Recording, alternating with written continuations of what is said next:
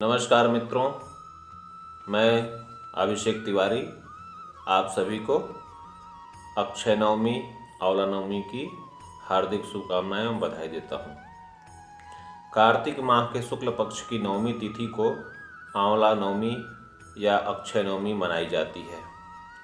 इस दिन स्वस्थ रहने की कामना के साथ आंवला वृक्ष की पूजा की जाती है। इसके पीछे मान्यता है कि इससे आयु और आरोग्य में वृद्धि होती है। इस दिन पूजन करके आंवले को प्रसाद के रूप में ग्रहण भी किया जाता है।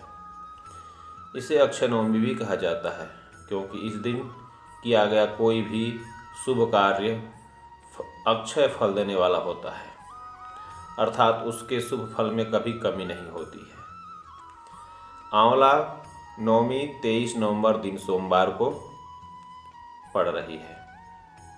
पौराणिक मान्यता के अनुसार कार्तिक माह के शुक्ल पक्ष की नवमी तिथि अर्थात अक्षय नवमी को ही द्वापर युग का प्रारंभ हुआ था, जिसमें श्री हरि विष्णु के 8वें अवतार भगवान श्री कृष्ण ने जन्म लिया था। आंवला नवमी के दिन भगवान श्री कृष्ण ने वृंदावन गोकुल की गलियों को छोड़कर मथुरा के लिए प्रस्थान किया था। यही वो दिन था जब उन्होंने अपनी बाल लीलाओं को त्याग कर कर्तव्य के पथ पर अपना कदम रखे थे। इसीलिए आंवला नवमी के दिन से वृंदावन परिक्रमा प्रारंभ हो जाती है। इसकी पूजा विधि इस प्रकार है। आंवला नवमी के दिन आंवला वृक्ष की पूजा की जाती है। वृक्ष का पूजन करके उसमें जल और कच्चा दूध अर्पित किया जाता है तथा पूजन के बाद फिर वृक्ष की परिक्रमा करते हुए तने में कच्चा सूत या मौली 8 बार उसमें लपेटी जाती है। आंवला नवमी की कथा सुनी या पढ़ी जाती है। इसके बाद परिजनों, मित्रों तथा ब्राह्मणों को भोजन कराकर मित्रों परिजनों के साथ स्वयं भोजन भी करते हैं। आंवला के वृक्ष के छांव में बैठकर भोजन करना बहुत ही शुभकारी माना जाता है। ऐसा करने से धन, वैभव, यश, आयु, विद्या सबकी प्राप्ति होती है। आज के दिन का दान का विशेष महत्व है। अक्षय नवमी के दान को अवश्य करना चाहिए और वो भी पितरों के निमित्त।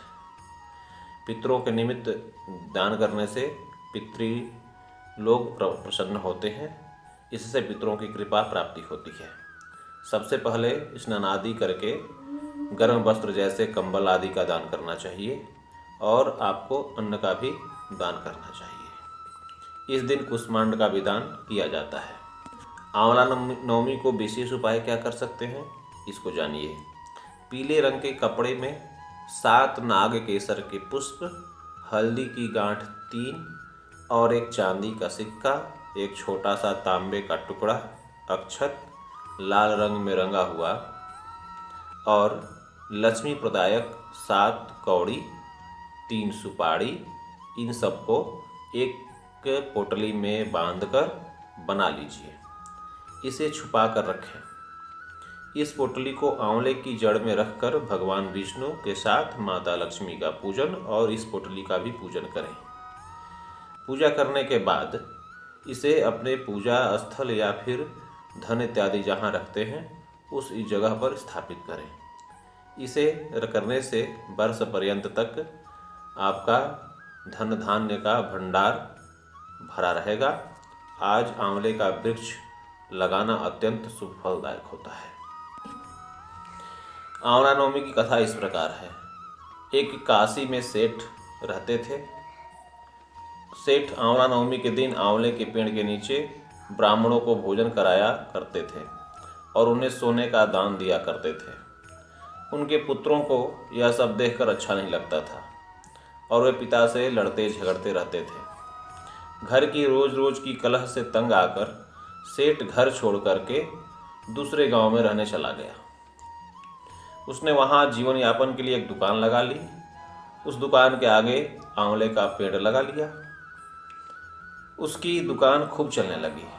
वहाँ यह भी आंवला नवमी के व्रत का पूजन करने लगा तथा ब्राह्मणों को भोजन कराकर दान देने लगा। उधर उसके पुत्रों का सब व्यापार ठप हो गया।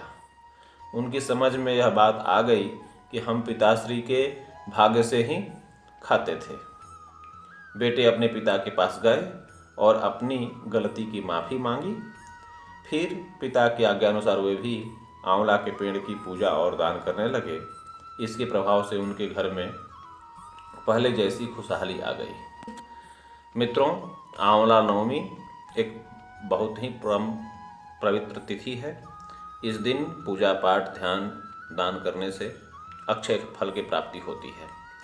यथासंभव पूजन और भोजन के उपरांत आंवला के वृक्ष में बैठ करके एक माला कम से कम ओम नमो भगवते वासुदेवाय का जप भी करना चाहिए। इसे करने से भगवान विष्णु हरि की कृपा प्राप्त होती है। इसी के साथ ही हम अब अगले वीडियो में मिलेंगे। तब तक के लिए ओम विष्णवे नमः।